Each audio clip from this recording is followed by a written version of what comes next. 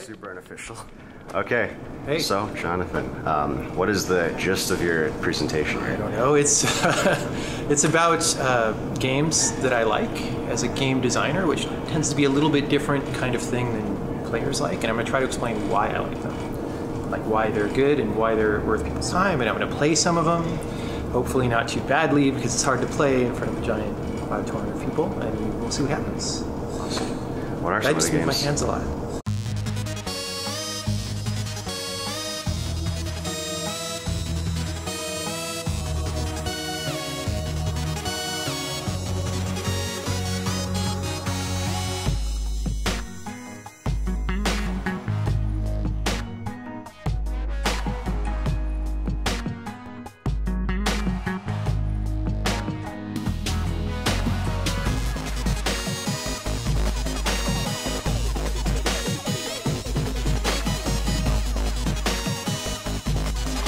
Ladies and gentlemen, please welcome to the stage, Jonathan.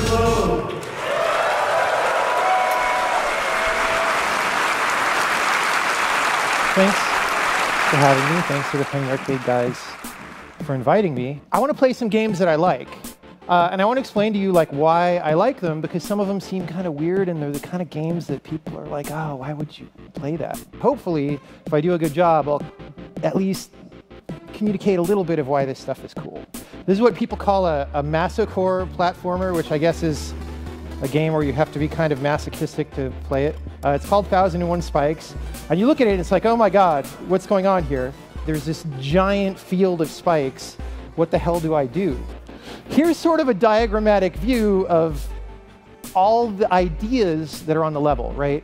Or the things that I had to do or notice or think about in order to play it effectively, right? You know, we have this idea that games will sort of teach you mechanics and you're getting better at playing them. It expects so much from you in one level that by the time you finish the level, you're a lot better at the game. It's a very high density experience. And I want to reiterate that this is not just a set of stuff you have to do to win the game or to win the level, right? It's actually a stream of ideas that the game is sending at you as you play, right? It's a line of communication that's constantly flowing between the game and the player. So we've got this world where AAA games tend to be heavily tutorialized at the beginning. They're afraid of players dropping them. In this game, it's doing the same kind of thing where it's teaching you how to play, but it's not even tutorial. This is the actual game, right? And every level in this game is like this on a different subject.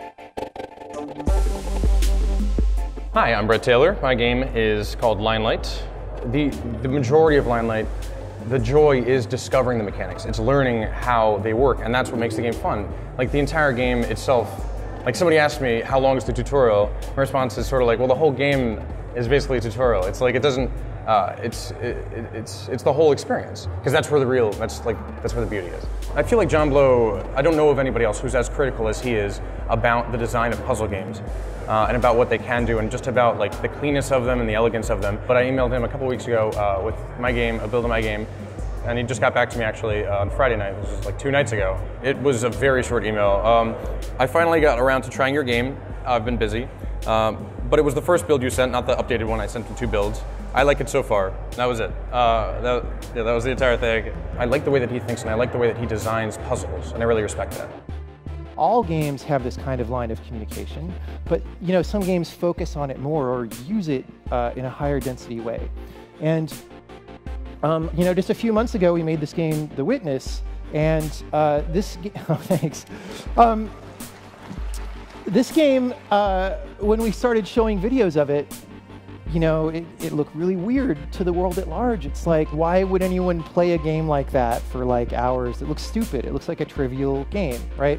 But in fact, it's not. The panels in this game are a substrate for communication, right? What we do is we present this interface, here's how you interact with the game. You draw on these panels, and then we pick a bunch of different situations in which we can communicate different kinds of information in different ways. And because the substrate of these panels is like a neutral canvas, it allows us to go to many, many different places in terms of the flavor of communication, in terms of exploring the nuances of this communication. My name is NICOLAS, and the game is In the Shadows. Yeah, I took inspiration from very, like the pure form of the puzzle. Like you have all the information in front of you, and you just need to figure out how to do things in the right order, put the piece together. A lot of games call themselves puzzles, but you actually have to fetch stuff around, and then at the end there's only like 3 pieces of the puzzle. It's actually really simple. I don't want that. I want people to have all the information in front of them. Then you have the whole picture, and you just do things in the right order. Yeah, it's a puzzle platformer. Those shadow creatures in the game, when they get in the light, they get startled and they stop moving. And when they are really close to a light source, they just transform to a different, like a whole bunch of different objects that you use to your advantage. I wanted people to, when they play, to learn by themselves. I don't want to be too obvious about it. Like at the beginning, there's like the most important mechanic in the game is to be able to push blocks around and to scare those monsters to transforming. So there's a box, there's a monster, you can't do anything else. I try to figure out a way how I can arrange things that the player can't miss it, or he's going to do it by accident.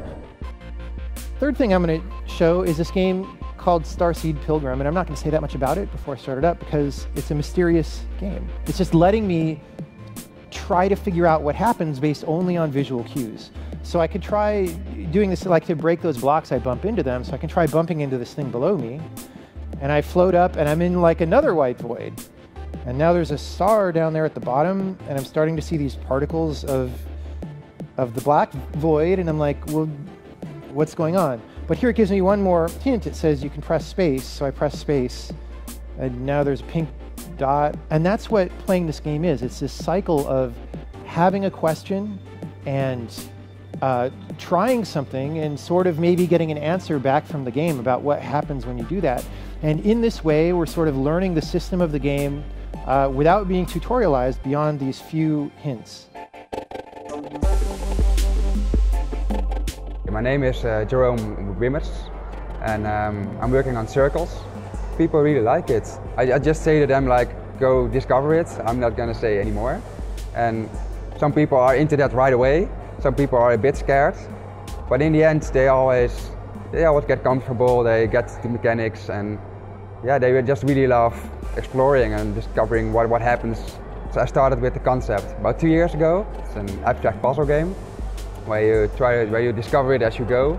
Like there's no text or no explicit instructions, but through playing the game and through interacting with it. And then the concept actually stayed the same. Like you got to an endpoint and you can't touch anything. But yeah, how to explain that to people changed a lot. And I think the most important thing was to get the order right. Normally when something doesn't work, like the easy solution is often like put a text somewhere explaining how it works, you know?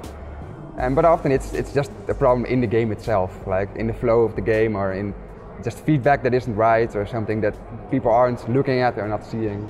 So yeah, that's been the longest part of the game, like getting that right. And with that, I'm going to talk about this last game, Steven's Sausage Roll. It was in the works for years, and the reason I'm showing it to you now is it is possibly the greatest puzzle game ever made in the history of puzzle games. I'm in this land, and one of sort of the common themes of all these games that I've shown today is that they let you self-guide, right? They don't tutorialize you to death. In this game, you're like trying to figure out the laws of this sausage world and apply them.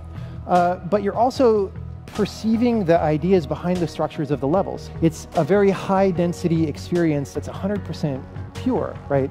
This game is not that worried about if you get it or if you're keeping up, or if it's too hard. It just goes. It's like, look, man, I've got a ton of stuff to show you, and the bus is starting now, and it's going.